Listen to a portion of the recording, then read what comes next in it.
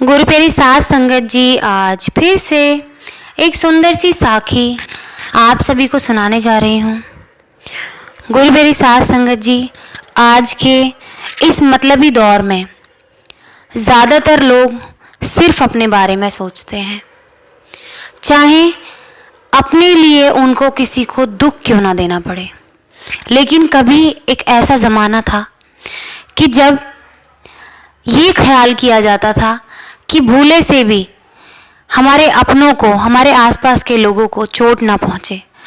अपने दुख का ख्याल नहीं रहता था, चाहे उनको खुद को चोट पहुँच जाए, लेकिन उनके किसी अपने को चोट नहीं पहुँचनी चाहिए।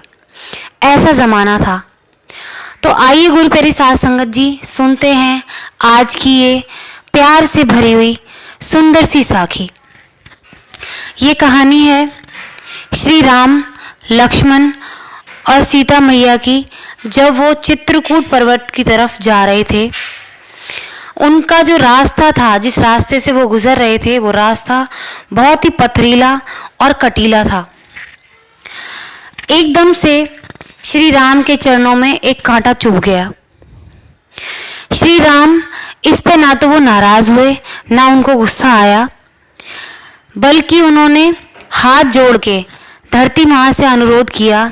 श्री राम ने धरती माता से हाथ जोड़ के विनती की कि हे माँ, मेरी आपसे एक प्रार्थना है, क्या आप स्वीकार करोगी?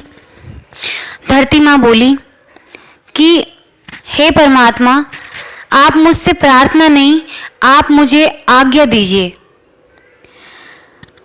श्री राम बोले, माँ, मेरी बस यही विनती है कि जब मेरा छोटा भाई भरत मेरी खोज में इस रास्ते से गुजरे तो आप नरम हो जाना।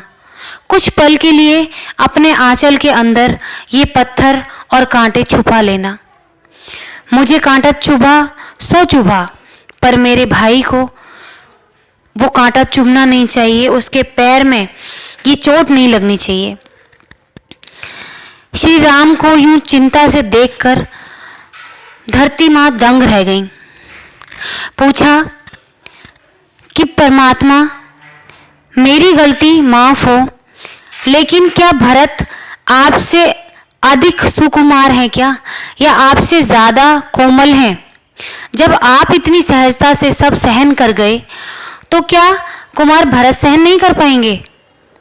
फिर उनको लेकर आपके मन में इतनी व्याकुलता क्यों?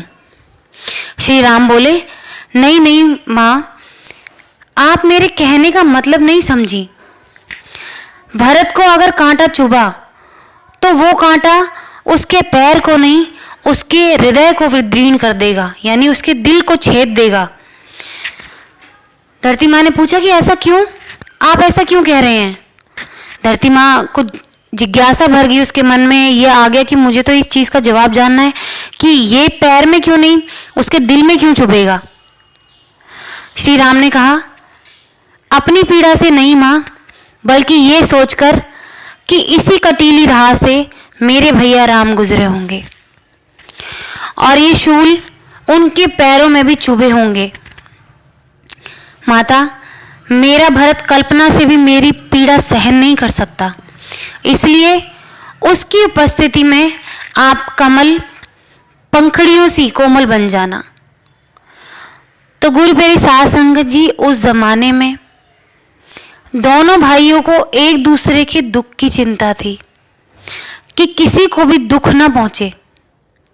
श्री राम के पैर में कांटा चुभा तो वो अपनी पीड़ा सहन कर गए, लेकिन चाहते थे मेरे भाई को मेरी पीड़ा का पता न चले, क्योंकि उसका मन दुखी हो जाएगा।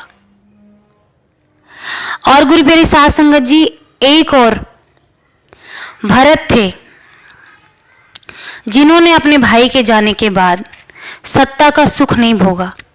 14 साल अगर श्री राम ने वनवास भोगा तो राजपाट का कोई भी सुख भरत ने भोगा नहीं।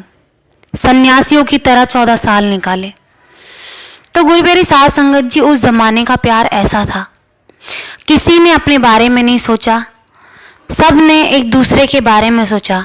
हाँ, कुछ लोग थे जिनका कुछ समय के लिए मन बदल गया था, या कह सकते हैं कि वो समय खराब था, लेकिन वो समय गुजर जाने के बाद उनको अपनी गलतियों का एहसास भी हुआ।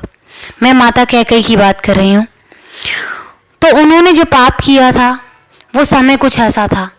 उस ज़माने में अच्छाई ज़्यादा रेशियो में थी और बुराई बहुत कम, लेकिन आज उसका उतना ही उल्टा हो गया है कि अच्छाई ना के बराबर रह गई है और बुराई उतनी हो गई है जितनी उस ज़माने में कभी अच्छाई हुआ करती थी।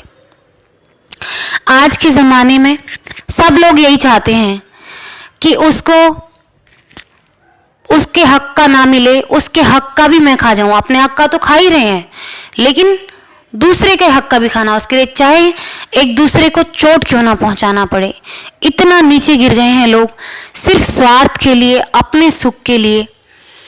उन्हें इस बात से कोई मतलब नहीं है कि किसी को कितना दुख पहुंचेगा, जबकि उन्हें इस चीज़ में ज़्यादा आनंद आता है कि जितना दुख मैं सामने वाले को दे सकूं उतना अच्छा, क्योंकि वो इस चीज़ से उतना ही ज़्यादा दूर हो जाएगा और ये चीज़ मेरे काम आ जाएगी, जबकि वो चीज़ किसी के काम नहीं आएगी। एक बड़ी ही अच्छी बात मैंने कुछ दिनों पहले सुनी थी कि आजकल लोग पैसे के लिए और ज़मीन जायदाद के लिए लड़ते हैं। तो कोई ध्यान से सोचे, वो ज़मीन जायदाद किसके लिए है? आपके लिए नहीं। आप भी अकेले चले जाओगे यहाँ से। आपकी औलाद के लिए, वो भी यहाँ से अकेली चली जाएगी। क्या उसकी आने वाली औलाद के लिए परमानेंट रहेगी? वो भी यहाँ से अकेली चली जाएगी। जिसने जन्म लिया है उसने एक दिन मरना ही है।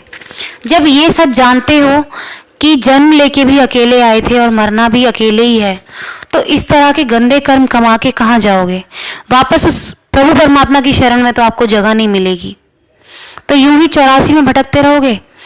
कभी बुरे कर्म करके यूं ही कभी किसी जानवर का रूप लोगे, कभी किसी कीट पतंगे का जन्म मिलेगा, और कभी कभी तो ऐसा भी होता है कि आत्मा यूं ही भटकती रहती है, शरीर नहीं मिलता।